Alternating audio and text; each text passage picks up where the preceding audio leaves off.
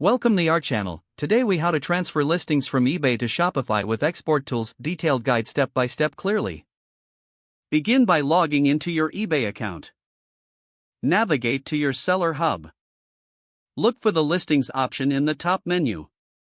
Select active listings to view your current inventory. Identify the listings you wish to transfer to Shopify. Once selected, choose to export your listings. eBay allows exporting in different formats, but CSV is recommended.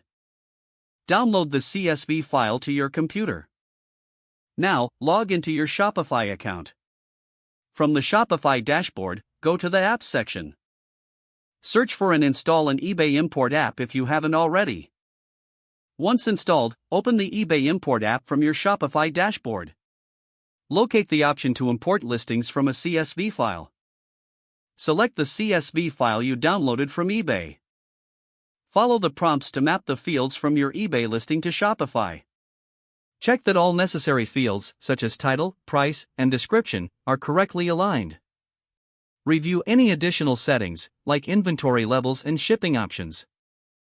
After confirming the mappings, proceed with the import process. Wait for the import to complete, as this may take a few moments.